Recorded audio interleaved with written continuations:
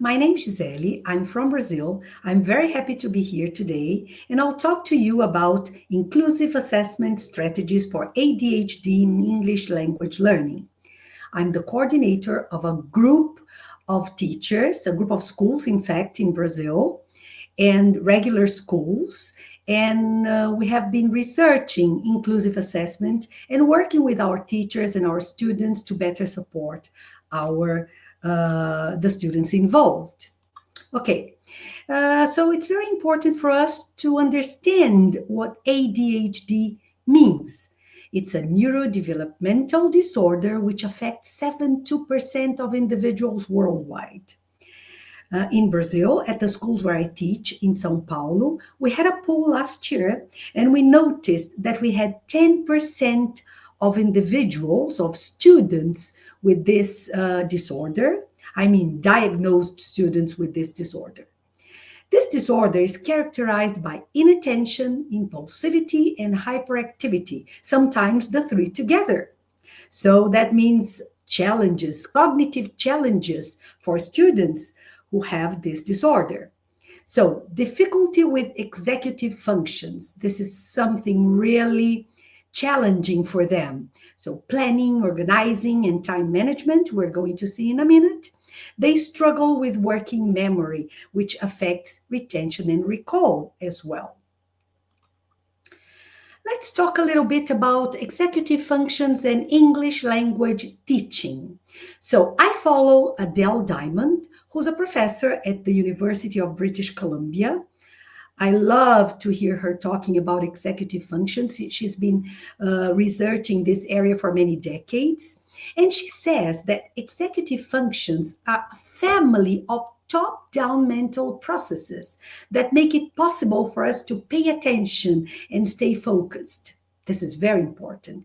To solve problems, to exercise the choice. We can choose things the right time. For instance, discipline, self-control, avoid being impulsive, to react without thinking, to see things from different perspectives, mentally consider alternatives.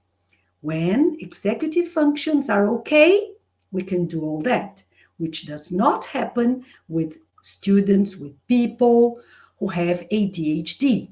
Now, many scholars agree that there are three core executive functions, the ones I'm going to talk about today. Inhibitory control, which is the ability to resist distractions and impulses. Working memory, holding and manipulating information in mind, quite difficult for them.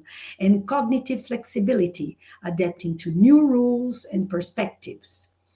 And Adele Diamond's research on executive functions applied to English language teaching and assessment is quite important and has helped a lot in the context of students with ADHD.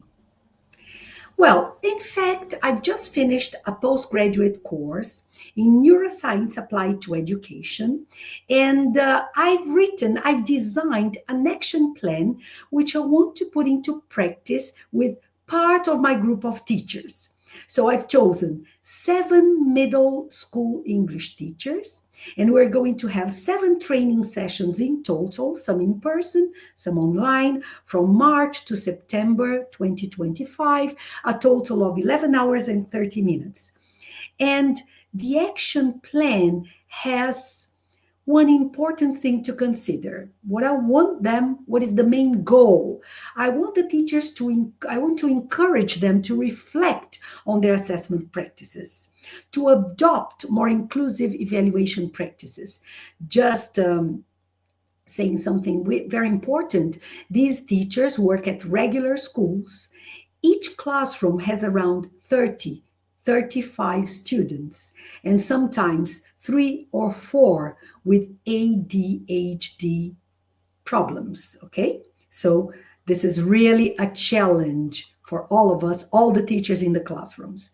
Which key focus areas, okay, does this action plan want to approach? Understanding ADHD in learning. So we are going to explore executive function, very importantly, topic, ADHD and bilingualism, assessment strategies. Try to adapt evaluations to meet students' needs. My teachers have already been doing this, so we're going to discuss what they have been doing, and I'm going to show you some of the things they have been doing as well. Inclusive teaching practices reduce learning barriers and focusing on individual progress. This is very important. And holistic language development, assessing oral and written communication, comprehension, and interaction, everything which has to do with English language learning. Okay, so all these teachers have been doing lots of different tasks, have been applying lots of different strategies with their students. And the action plan has the objective of bringing all these ideas together, right? And try to select the most relevant to the least relevant in the context we work in. Because I've just told you that we're working with large groups, 30 to 35 students in regular schools. Maybe some of you work with smaller groups or work one-to-one. But anyway, I'm going to present some strategies which can support English language learning for students with ADHD. And I'm going to try to link some of them to the executive functions mentioned previously. So creating a structure and stimulating learning environment. This has to do with inhibitory control. So organized, clutter-free classroom. Why? Because that reduces distraction. So it's not nice to have lots of posters on classroom walls. We have to take care of what we hang on walls. Noise is a problem because they get distracted. Not only the students diagnosed with ADHD, but students in general. You're going to notice that many of the strategies I'm going to mention can be applied to any student, any group. The point is we have to track students with ADHD to help them because they have to understand that they are not ill. Their minds, their brains just think differently. That's the point. So, flexible seating options allow movement-friendly alternatives, standing desks, fidget tools, wiggled cushions. So, and as I said, any students can use that, but for them, this is very important. Of course, something which doesn't really disturb the classroom routine, okay? So, talking about consistent routine, it's important for them to have a routine. It's important for them to know what they're supposed to do that day. So, write that on the board, okay? Something very objective, very simple. And whenever they forget it, just point to the board and say, take a look again. Okay? Strategic sitting. This is very important. It's important for these students to be sitting next to you because they get distracted very easily. Okay. Using engaging and multisensory activities. So again, you're going to notice that all the activities suggested could be used with a whole group and should be used with a whole group. Why not? All of them like to do different things. In this globalized world, we have to consider different approaches all the time, especially in English language learning. We've been doing this for decades, so we are much used to that in our area, okay?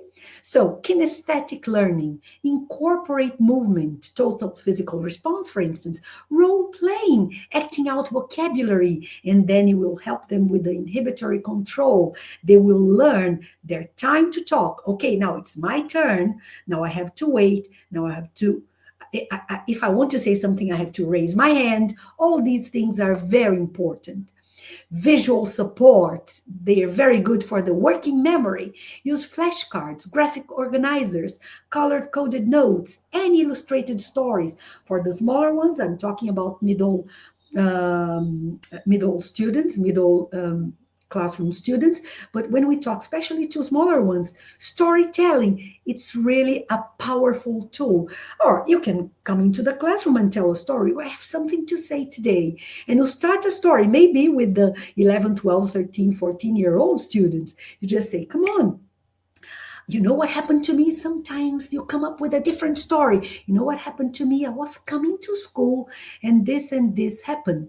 What would you have done in my place? So, you have to catch their attention. This is the best, and they really love it. Audio reinforcement, songs, audiobooks, chants can enhance listening skills. Chants are perfect. If you want to give grammar chants, if you want them to memorize grammar rules because it's important for them, they need to memorize grammar rules because of the book you use, the material you use.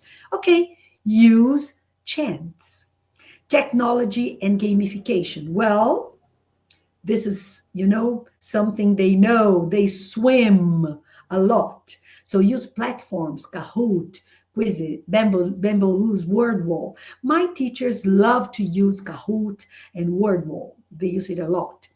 Hands-on learning. So you can use boards. Nowadays, there are lots of board games, board games you can use, and board games for students with ADHD. If you're working with a small group or one-to-one just with ADHD students, or you can adapt. Uno, for instance, is great. You can adapt it and they love it. You can ask them to make their own rules, which is nice. So they will feel engaged.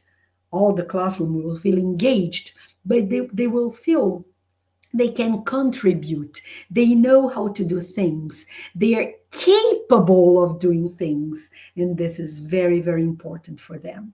Okay? Breaking down lessons into small chunks. This is very important. Shorter activities. Keep tasks within 10, 15 minutes to sustain attention. If you have a longer test, for instance, 30 minutes, that won't do with them.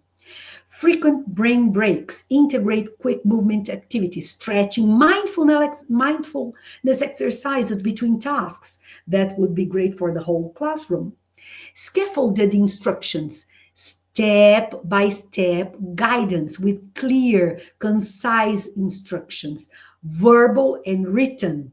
Okay, objective commands, nothing very, with lots of things and too many things. One sentence, two sentences at a time, because they have to scaffold. Checklists and timers. Use visual task lists, which will be very important and will help them really give positive results in the learning of the language in this case. Adapting assessment and feedback methods. Assessment is really something my teachers have been working on a lot. So segmented assessments, short quizzes, oral checks, ongoing formative assessments instead of long tests. That will be perfect for these students. Alternative responses, drawings, videos, voice recordings. Sometimes the student cannot write anything, but he loves video recordings. He loves drawings. He draws very well. So they can be assessed this way. Process-based writing, allow drafting, revising. Don't simply say, write a paragraph about your last weekend. Okay, as soon as you finish, you have 10 minutes. When you finish, you have to hand it in. No, they need assistance. They need drafting. Okay? Feedback. Feedback is not just saying, oh, you're doing great. This is not feedback.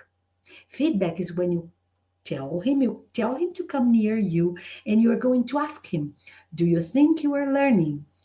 How are you learning? How can I help you? That's why I love the thinking aloud and the talking aloud processing for feedback. Boosting self-regulation and focus. So again, mindfulness techniques I've already mentioned, self-monitoring tools. So you can use Pomodoro timers. Have you heard of Pomodoro timers? I love that. Or habit trackers for self-regulation. So they cannot be felt uptight. They have to understand that time is being set to help them right? Not the other way around. Interactive notebooks, so digital planners. For instance, I love working with Padlet, and you can tell them to prepare a Padlet, and or you prepare the Padlet and they have to feed the Padlet. That's great. I've already done it and it works perfectly well with them. They feel they're learning, they feel they're capable, they can do things, and they understand that they're just unique people who learn uniquely. Personalizing learning based on interests. Everybody loves to do things they're interested in, not only ADHD students, all students, in fact. So incorporate students' hobbies, sports, music, games, pop culture references. Ask them to choose the materials they want to read, the books they want to read, the comic books they want to read, the texts they want to read. This is very, very nice.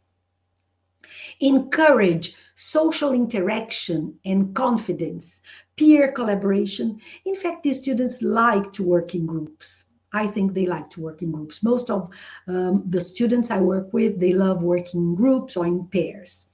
Some learners may struggle with shifting between languages. This is our case, understanding idioms. In fact, they say everything they understand everything by the record, by the book. So that's difficult for them. And adapting to different contexts. So role-playing activities help a lot. Incorporate code switching exercises. Provide explicit instructions, different context, just to keep them engaged. All that will keep them engaged. Support home learning and family involvement. Okay, tell them to listen to a song, do something for 5 or 10 minutes every day. And you can, during the next class, ask him or them, what did you do? Did you listen to a video? Did you video record something? Would you like to show it to us? Okay. The board games I have already mentioned, and parent communication.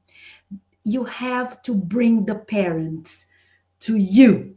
They have to be your partners in this venture. Okay? So I'm sure that by combining these strategies, you can help students with ADHD stay engaged, organized, and motivated while improving their English language skills in a way that accommodates their unique learning needs. They will then understand that ADHD is not an illness, it's not a flaw, it's just a unique way of viewing things. Thank you very much.